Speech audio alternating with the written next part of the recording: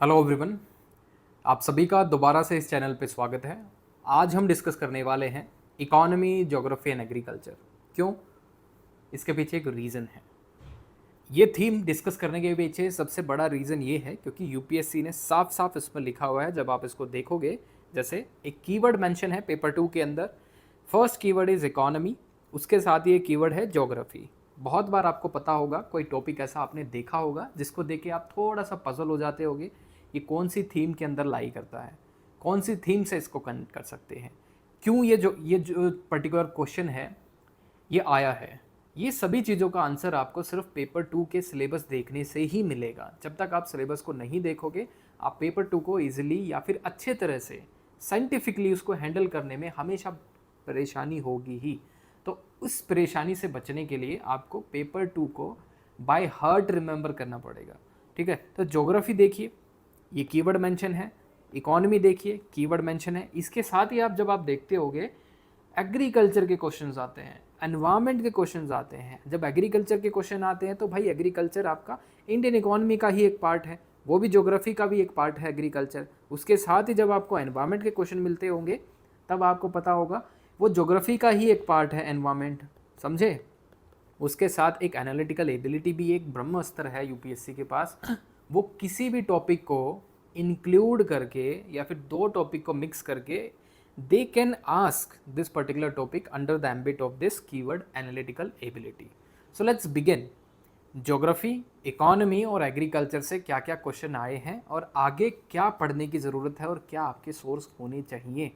ठीक है, क्या सोर्स होने चाहिए आपके? सबसे इंपॉर्टेंट यही क्वेश्चंस उठते हैं आपके दिमाग में कि सोर्स क्या होना चाहिए, कितना पढ़ना चाहिए। क्या इसके लिए स्पेसिफिकली आप एनवायरनमेंट के लिए शंकर आईएएस की बुक फॉलो करने वाले हैं? एग्रीकल्चर के लिए क्या एक इंपॉर्टेंट, एक पूरा एग्रीकल्चर रिलेटेड कोई बुक पढ़ने वाले हैं? इंडियन इकोनॉमी की कौन सी बुक पढ़ने वाले हैं?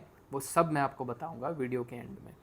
तो सबसे पहले देखते हैं, एनालाइज कीजिए 2022 के अंदर कौन सा टॉपिक आया था। ध्यान से देखिए, price rise, causes and effect. क्यों आया था? करंट अफेयर से रिलेटेड है। मैं आपको ये दिखा देता हूँ, जब भी आपके दिमाग में कुछ या फिर आप मुझ पर भरोसा कर पाएंगे।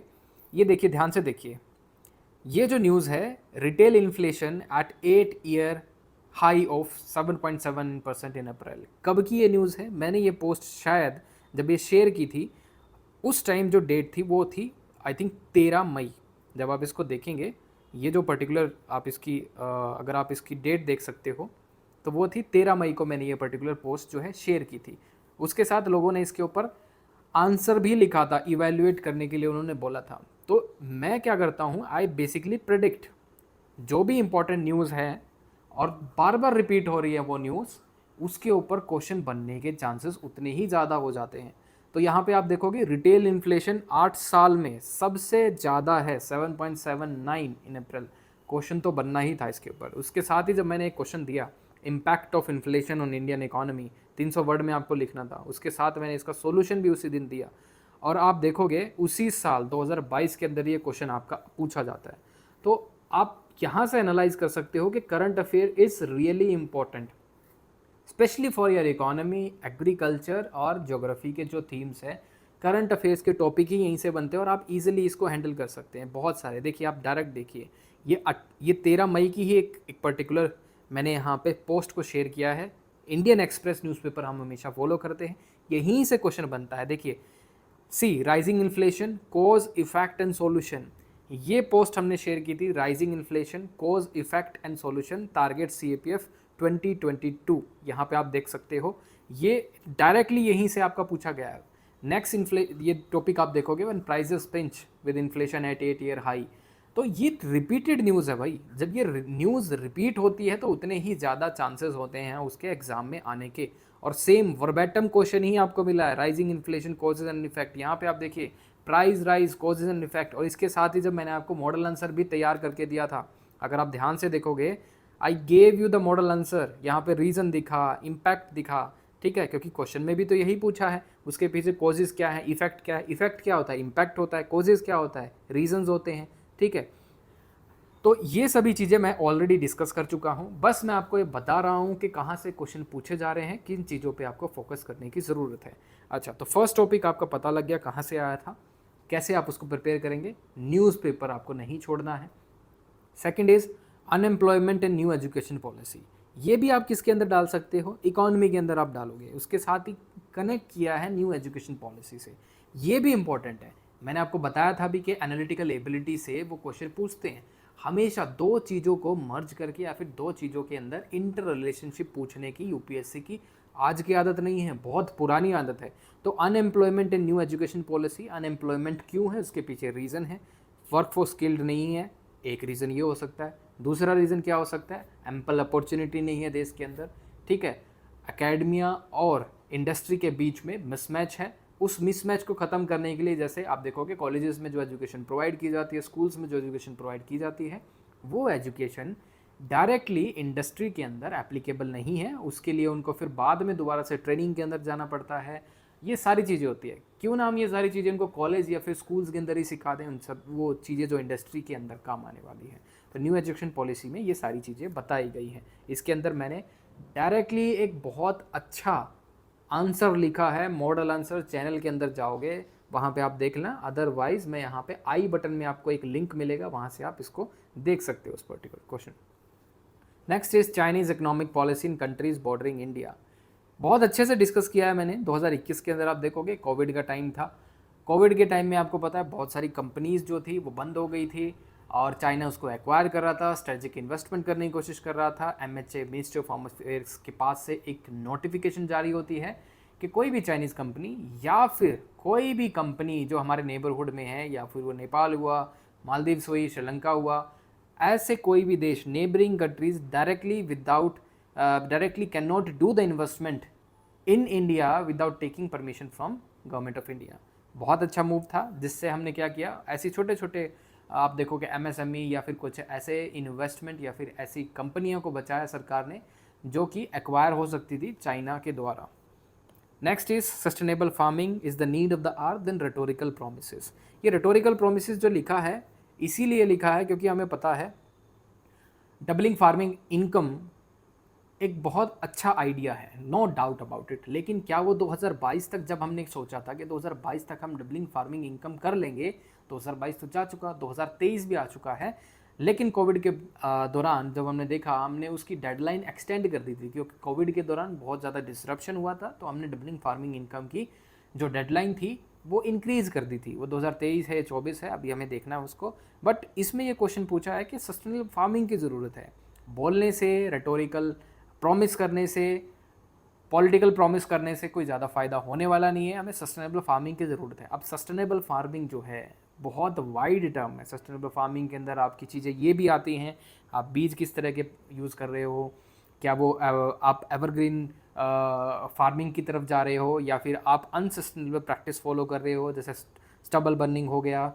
जैसे आप देखोगे मैक्सिमम यूज़ ऑफ फर्टिलाइजर्स से क्या होता है, एनवायरमेंटल पोल्यूशन होता है, सॉइल पोल्यूशन होता है, फिर आपके अंदर भी जैसे हेल्थ इश्यूज़ होते हैं, जैसे पंजाब के अंदर कैंसर ट्रेन है। उसके साथ आप देखोगे सस्टेनेबल फार्मिंग जैसे वाटर का एक्सट्रैक्शन ज़्यादा हो गया, ये सारी चीज़ें आपकी अनसस्टेनेबल है।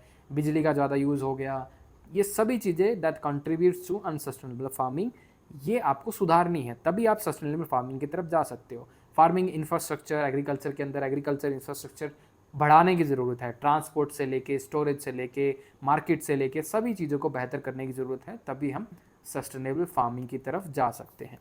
ये भी टॉपिक डिस्कस हो गया, चलो छोटा। तो ध्यान रखना क्या डिस्कस किया है, ये आपका एग्रीकल्चर से है, राइट। ये चाइनीज़ इकोनॉमिक पॉलिसी ये आपका इकोनॉमी से है।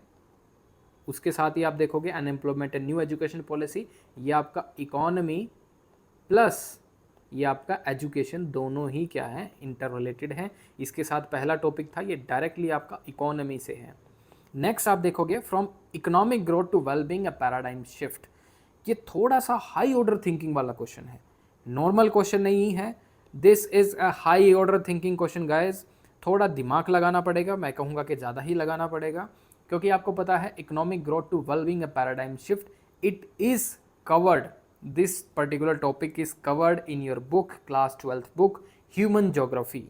ह्यूमन ज्योग्राफी, अब आपको समझ में आया ज्योग्राफी वर्ड जो आपके ये पर्टिकुलर इसमें मेंशन है जब सिलेबस के अंदर, उस ज्योग्राफी का मतलब है ह्यूमन ज्योग्राफी भी। तो ये ह्यूमन ज्योग्राफी का गाइस क्वेश्चन है, मैं आपको दिखा दूंगा ह्यूमन ज्योग्राफी, चैप्टर नंबर भी बता दूंगा वहाँ पे कहाँ से क्वेश्चन उठाया है। वहाँ पे जब मेंशन किया गया था, उस चैप्टर के अंदर बोला गया था हमारे इकोनॉमिस्ट होते हैं, आपको पता होगा, अमर्त्य सेन, उसके साथ ही जो उनके एक और कलीग थे पाकिस्तान से, तो उन्होंने एक इम्पोर्टेंट आइडिया को जनरेट किया था।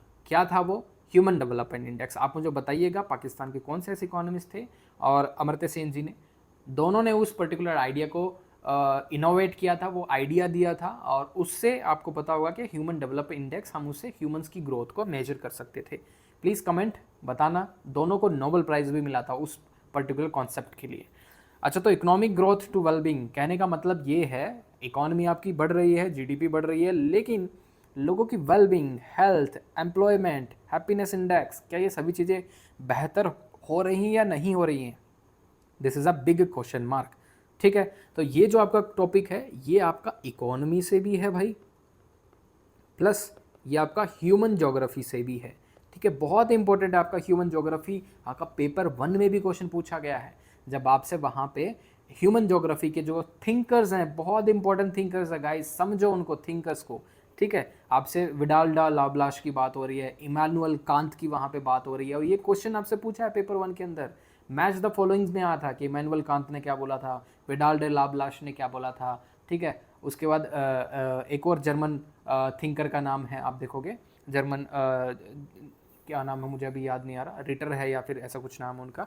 ठीक है, उसके साथ ही आप देखिए ये आपका कवर हो गया 5th टॉपिक। 6th टॉपिक देखिए, farm waiver is populistic and myopic, a strategy change needed. ये आपका एग्रीकल्चर से रिलेटेड है guys, this is again an agriculture topic. आपको इसको बहुत अच्छे से प्रिपेयर करना होगा, ये आपका एग्रीकल्चर से ही टॉपिक है।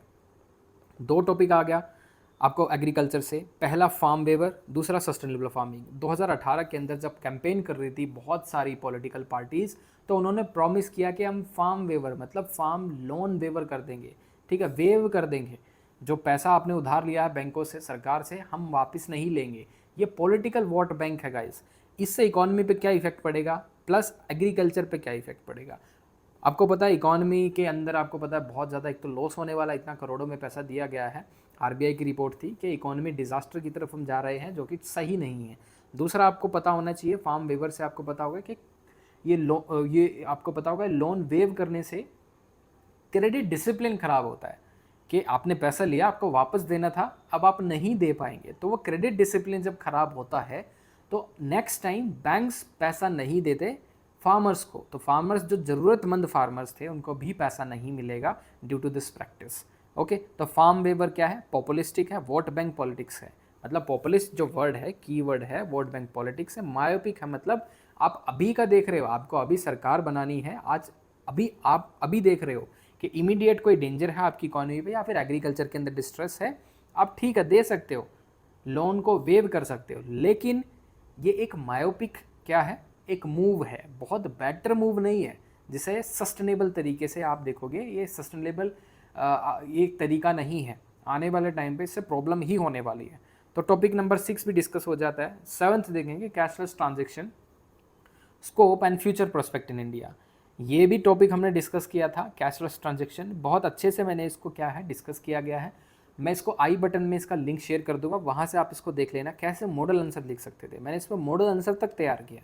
ठीक है, तो इससे आप क्या देख सकते हो कि कैशलेस ट्रांजेक्शन जो हैं, आप इस पर क्या अनुमान लगा सकते हो कि यूपीएससी किस तरह के क्वेश्चन पूछ सकता है। आपको पता होगा कि यूपीएससी क्वेश्चन कैसे पूछ रहा है आजकल।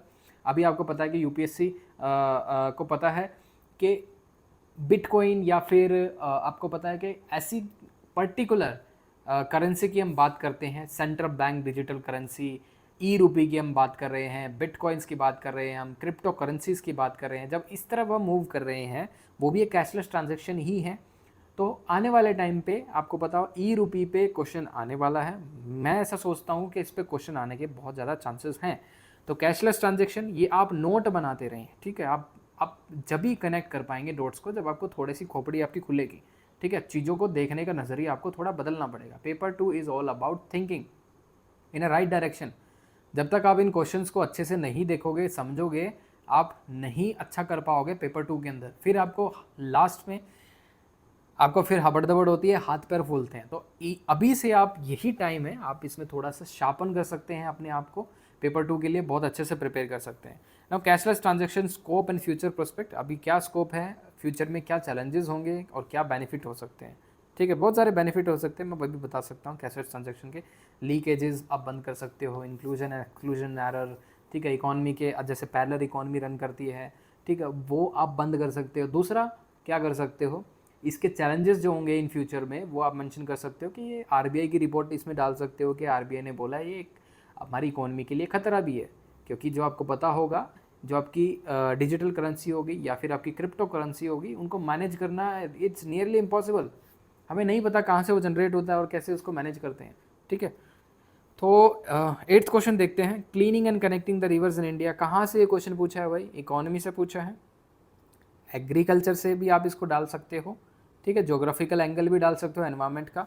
तो रिवर्स जहाँ पे जाएंगी, अगर सपोज किसी रिवर में पानी कम रहता है भाई, अगर उसको कनेक्ट कर देंगे दूसरी रिवर से जहाँ पे सरप्लस है, उस रिवर में पानी होगा, उसके आसपास जो लोग रह रहे होंगे जिन्होंने एग्रीकल्चर करते होंगे, या फिर सपोज़ एक दूसरा सिनेरियो मैं आपको देता हूँ, एक रिवर है जो उसमें पानी लीन सीजन में पानी कम होता है, फिर क्या होता है वहाँ से माइग्रेशन होती है सिटीज़ के अंदर, फिर सिटीज़ के अंदर आपको पता है कि हाउसिंग प्रॉब्लम होती है, रश ज़्यादा हो जाता है, लोग रोज़गार के चक्कर में अर्बन एरियाज़ के अंदर जाते हैं, जो कि बाद में प्रॉब्लम क्रिएट करते हैं वहाँ पे। आपको पता होगा बहुत सारे प्रॉब्लम्स होते हैं, उन लोगों को भी वहाँ पे होती है क्योंकि एम्प्लॉयमेंट अपॉर्चुनिटीज़ नहीं है। तो वहाँ पे पानी अवेलेबल होने से एग्रीकल्चर कर सकते हैं या फिर छोटे और भी काम कर सकते हैं जिसमें पानी की ज़रूरत है। बहुत सारे आपको पता होगा एग्रो इंडस्ट्रीज़ वहाँ पे लगा सकते हैं छोटी मोटी, जो भी आप उससे कनेक्ट कर सकते हो, ठीक है। तो रिवर्स को क्लीन करना, कनेक्ट करना, इससे क्या फ़ायदे होंगे, नुकसान क्या होंगे, एनवायरनमेंट पे क्या नुकसान हो सकते हैं, वाइल्ड लाइफ पे क्या नुकसान हो सकते हैं, ये आपकी खोपड़ी में आना चाहिए, ये थॉट आपके दिमाग में आना चाहिए, ठीक है। कंक्लूजन में फिर आप लिख सकते हो, किसी कमेटी का आप नाम लिख सकते हो कि कौन सी कमेटी कनेक्टिंग द रिवर्स के, इंटरलिंकिंग रिवर्स के फेवर में है, और ये क्लीनिंग कनेक्टिंग द रिवर्स के उसके ऊपर भी मैंने क्या शेयर किया है, बहुत इंपॉर्टेंट मॉडल आंसर मैंने शेयर किया है, वहाँ से भी आप देख सकते हैं, आई बटन में मैं उसका लिंक आपको दे दूँगा, ठीक है। तो ये भी आपका एग्रीकल्चर से भी है, इकोनॉमी में क्या फ़ायदा होगा, एनवायरनमेंट में क्या नुकसान और फ़ायदे होंगे, तीनों चीज़ों को आपको इसमें डालना था, ठीक है। नेक्स्ट देखते हैं फार्मर सुसाइड। अगेन ये एग्रीकल्चर से आपका टॉपिक आ गया। एग्रीकल्चर से अभी तक 3 टॉपिक आ चुके हैं, मैं आपको दिखा चुका हूँ, दोबारा आने के चांसेस हैं। तो फार्मर सुसाइड इंडिया में क्यों हो रहा है, साउथ इंडिया में ही सबसे ज़्यादा क्यों होते हैं, सदर्न इंडिया में, महाराष्ट्र में आप देखोगे, या फिर और डाउन साउथ जाओगे आप, यहाँ पे तमिलनाडु, केरला, यहाँ पे कई बार फार्मर सुसाइड बहुत ज़्यादा देखने को मिलते हैं, पंजाब के अंदर भी। Next is impact of climate change in agriculture and cropping pattern India. Directly दिख रहा है आपको यहाँ पे कि यूपीएससी जब रिलेशनशिप देखता है दो चीज़ों के बीच में, जैसे मैंने आपको शुरुआत में भी दिखाया था टॉपिक नंबर 2 के अंदर, यहाँ पर रिलेशनशिप की बात है unemployment and new education policy के बीच में। टॉपिक नंबर 10 के अंदर भी climate change on agriculture and cropping pattern India, दोनों के बीच में भी रिलेशनशिप यूपीएससी ने बोला है आप एस्टेब्लिश करके दिखाओ।